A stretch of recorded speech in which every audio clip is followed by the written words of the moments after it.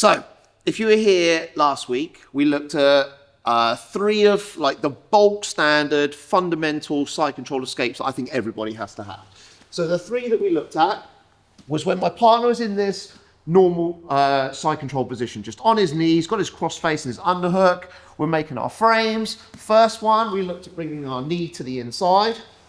Second one, we looked to bring the knee to the inside. When he started to move up our body, we switched. And we came out into this ghost escape. And one that everybody has to have in their locker is underhook and up onto the single leg. So those escapes are really good if my partner keeps himself in this position, where his hips are high up, he's on his knees.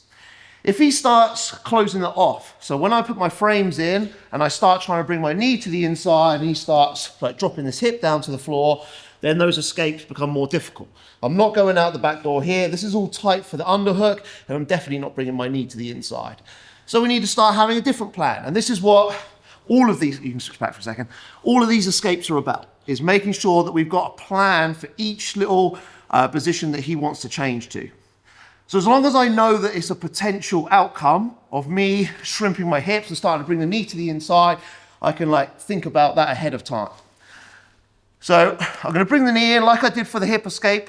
As I start to move out, I can start to feel him wanting to switch his hips and bring his hip down. What I don't want to allow him to do is do a full switch, pull my arm off the floor and start craning. Now this becomes a bit of a problem. I need to try and get my arm back. Sometimes like we can pressure in, circle the arm and get back to the bicep, but it just becomes difficult. The frame that's currently on the hip here, if he switches his hips, then his hip goes too far away and that frame's no good on that hip anymore. So as he switches his hips, I need to bring my elbow down to the low hip. And what I'm going to look to also do is control this cross-face arm. So as he starts to switch his hips, I'm going to start to shrimp and I'm going to put this arm out nice and straight. So really important that this arm stays nice and straight here. If I have a bent arm, then it's going to be my arm strength versus his arm strength, and I think we can all know how that's going to go. So arm in, I want to make sure that my hand is open and I'm not just pushing. We want to have the thumb and the fingers each side, so if he tries to rotate out, I have some block on each side. If I'm just pushing and he tries to rotate out, it's pretty easy for him to get rid of that. So what we're going to look at first is pulling the elbow as tight in underneath me as I can and getting this arm straight, and I'm going to continue to shrimp my hips out. Real good stiff arm here into his arm. I start to move out. I keep moving my hips, keep my elbow wedged in his hip until he starts to fall. Then I'm going to kick up and bring myself up into this top side control position. So that's sort of ideal scenario. He switches his hips. I drop my elbow and I stick that arm out into his bicep. I start to move the hips, keep moving the hips, keep my elbow in tight. And then as I start to move, I can bring myself to the top. Now what will often happen is as he switches his hips, I bring the elbow in tight, I start to move out and he realizes he's going to collapse, so he starts to switch his hips back.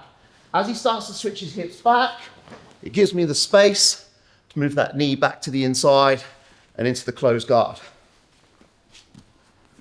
So we're here, I try to bring the knee in. He starts to drop his hip. I bring my elbow in and get that arm nice and straight. Now, one option for him, which we'll go over in a minute, is when he wants to switch his arm to the opposite side, which we'll go over in a second. For now, elbow in, I start to move. If he doesn't do anything, he's just going to collapse. If he starts to switch his hips back onto his knees, I bring my knee to the inside, move myself back into closed guard, or like wherever I can get to. It might not be closed guard, it might just be getting my legs back in front of my partner, okay? So start with that. When they're in the side control, what we're gonna do is just do like a little switch of the hips, just to block off what we were looking for last week with that hip escape. All right, let's do it. 1, 2, 3. Like we've always discussed, having the best laid plan is not always going to work for us. So sometimes things are going to change up and we're going to just have to adapt. But it's about having those plans for every eventuality. Like when he switches his hips, when he tries to turn his hips back, how we're going to work with that. It's when we don't have a plan when things become a real issue for us.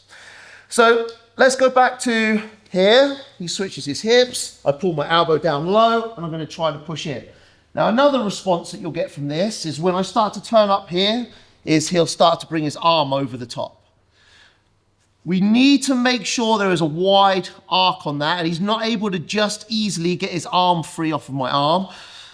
So nice straight arm on my side, so I've got a nice high reach with the arm. And as the arm starts to come over, I'm gonna switch my hand over and I'm gonna continue the momentum through, so I move my hips to the opposite side.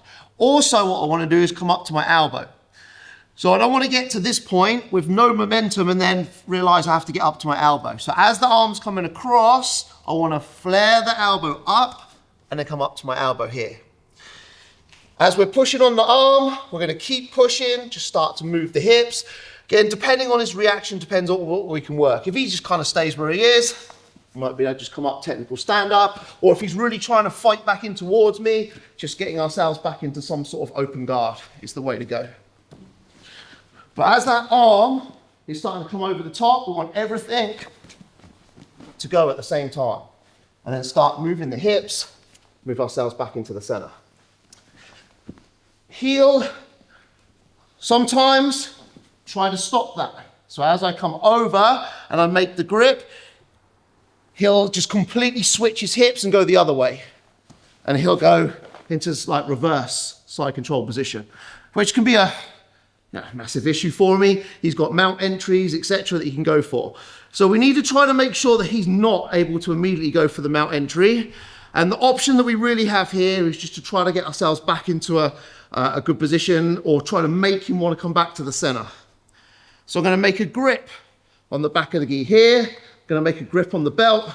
If the belt is accessible, I'm going to put my elbow underneath the body. I'm going to start to push the frame in, start to move my hips out. If he stays in the position that he's in, we're going to pull the knee through and we can go into the back take. If we're here, I start to move out, start to bring my knee in and he starts switching himself back into a normal side control position, pull ourselves back into the closed guard. So go back to the start. So here, he switches, he brings the arm over the top, we're going to switch it out, up onto the elbow, start to fight and move ourselves free. I'm not telling you it's going to be easy, but it's certainly going to be something that's going to enable us to keep that little bit of space between me and my partner. We switch, he comes over, but this time he makes the full switch. Here, elbow, immediately underneath the hip.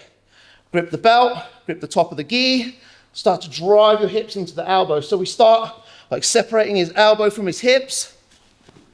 If he stays where he is, slide the knee underneath, move the hips, we've got the mount, the back take. If we're moving, start bringing the knee in, he starts switching back, move ourselves back into, again, ideal scenario, closed guard, if not just any sort of frames or legs that we can get in front of our partner, okay? So depending how my partner moves, depending on what hip switches he does, depends on our reaction, okay? Let's do it. 1, 2, 3, let's go.